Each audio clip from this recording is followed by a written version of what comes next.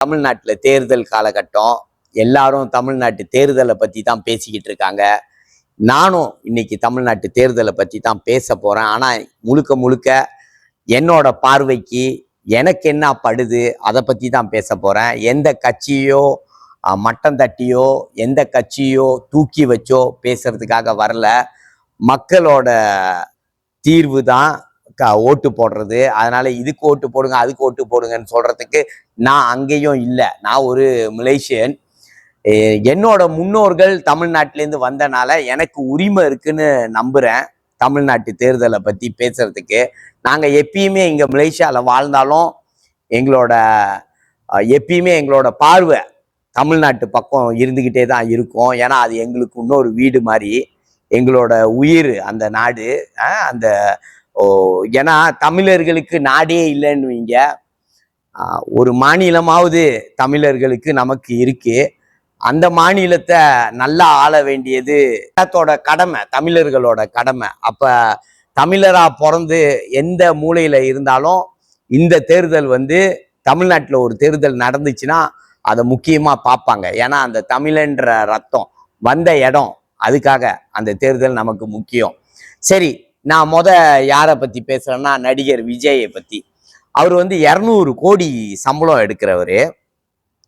அவர் உண்மையாவே மக்களுக்கு செய்யணும்னா, இது என்னோட பார்வைக்கு, உண்மையாவே மக்களுக்கு செய்யணும்னா ஒரு 150 கோடி மக்களுக்கு செலவு பண்ணிட்டு 50 கோடி அவருக்கு செலவுக்கு வச்சுக்கிட்டு இன்னொரு 10-15 வருஷம் அவர் படம் நடிச்சு மக்களுக்கு நல்லது செஞ்சிருந்தாருன்னா அதுல வர்ற வருமானத்தை வச்சு ரொம்ப சிறப்பான பேரோட இன்னும் நல்ல ஒரு செல்வாக்கோட, மக்கள் செல்வாக்கோட அவர் இருந்திருப்பாரு. அவரு இன்னைக்கு அவரு மக்கள் செல்வாக்கு இருக்கு, ஆனா அவர் நடிகருன்ற ஒரு செல்வாக்கு தான் இருக்குன்னு என்னோட பார்வைக்கு. இன்னைக்கு மக்கள், அவருக்கு கூடுற மக்கள்ல பெரும்பாலும் பேர் ஓட்டு போடுவாங்களா அவருக்கு அப்படின்னு ஒரு கேள்விக்குறியாவே இருக்கு. ஏன்னா அவர் ஒரு நடிகர், அவர் பக்கத்துல போய் நிக்கணும், அவரை பார்க்கணும் அப்படின்னு சொல்லி போய் சேர்ற கூட்டம் மாதிரி தான் மனசுல படுது.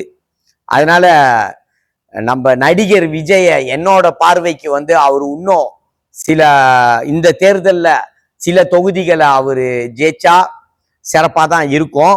அதுக்கப்புறம் அவர் அடுத்த தேர்தல்ல அவரு இன்னும் சிறப்பா நிலைச்சி இருந்து கமலாசன் மாதிரி பாதியோட ஓடி போவாம, ஒரு தேர்தலோட கமலாசன் போயிட்டார்ல, அடுத்த தேர்தலுக்கு அவங்க கட்சியே இல்லாம போச்சு, அந்த மாதிரி இல்லாம இந்த தேர்தல்ல அவரால் நிக்க முடியும்ன்றத நிரூபிச்சுட்டு அடுத்த தேர்தல்ல ஒரு நல்ல இடத்துக்கு விஜய் வர்றதுக்கான வாய்ப்புகளை அவரு அமைச்சிக்கலாம்.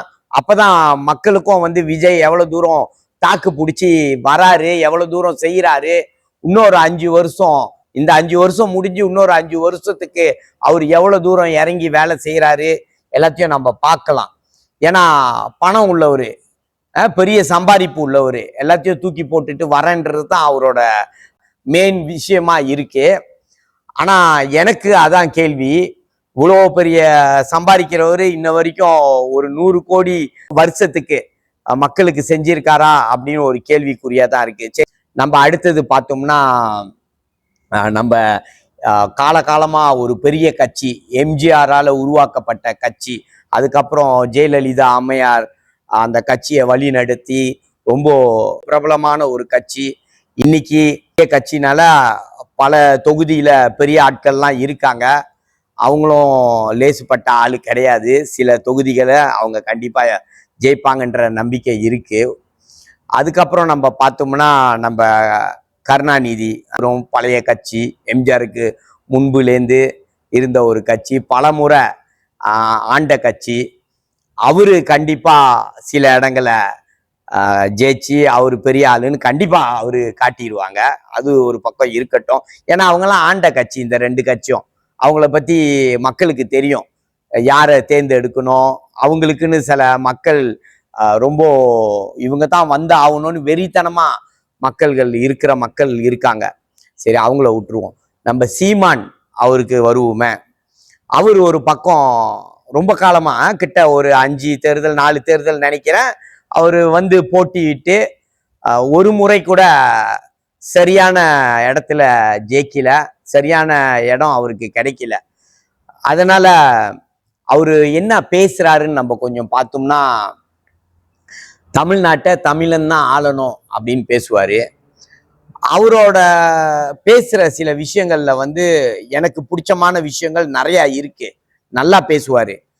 புழு, பூச்சி, மலை, மண்ணு, குருவி எல்லாத்த பத்தியும் பேசுவாரு. மக்கள், விவசாயம், பால், அப்படி எல்லா விஷயத்தையும் தொட்டு பேசுவாரு.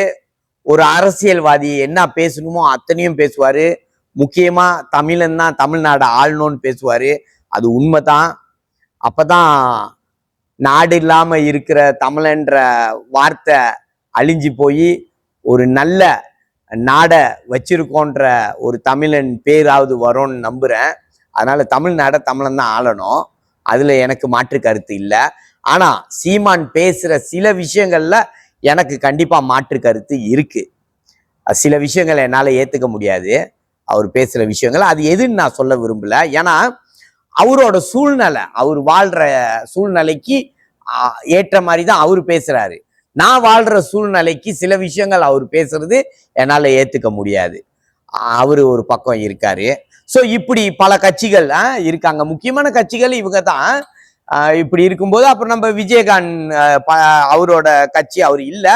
அவர் கட்சியை வந்து அவங்க மனைவி வழி நடத்துறாங்க. அவங்க மனைவிக்கு சரியா பேச வரலன்னு தான் சொல்லணும். இப்போ ஒரு கட்சிக்கு வந்து ஆதரவு கொடுத்து அந்த கட்சியே கொஞ்சம் பேசும்போது சரியா அந்த கட்சியை பத்தியே கரெக்டா பேச தெரியாத அளவுக்கு பேசி வச்சிருக்காங்க. அந்த மாதிரி இருக்கு. ஸோ மக்களாகியவங்க நீங்க தேர்ந்தெடுக்கிறது தான் இன்னைக்கு ரொம்ப முக்கியம். எனக்கு என் மனசுல படுறது, சீமான் ஐயாவுக்கு ஒரு முறை வாய்ப்பு கொடுத்தா ரொம்ப சிறப்பா இருக்கும். அவர் சரியா செய்யலைன்னா அடுத்த 5 வருஷம் கழிச்சு நம்ம அவரை தூக்கிட்டு நீங்க புது ஆளை போட்டுடலாம். இதுக்கு முன்னுக்கு ஆண்ட கட்சி 2 கட்சி பெரிய கட்சி இருக்கு. ஆளாதவங்களுக்கு கொடுத்தீங்கன்னா ஒரு 5 வருஷம் அவங்க எப்படி என்ன செய்யறாங்கன்னு பார்க்கலாம். அவரும் பல முறை கத்திக்கிட்டே கிடக்குறாரு, எனக்கு கொடுங்கப்பா, நான் செய்யறேன், இப்படி செய்வேன், அப்படி செய்வேன்ட்டு. அவர் சொல்ற விஷயங்கள்ல சில விஷயங்கள் ஏத்துக்க முடியாத அளவுக்கு இருந்தாலும் பல விஷயங்கள் ஏத்துக்கக்கூடிய அளவுக்கு தான் இருக்கு.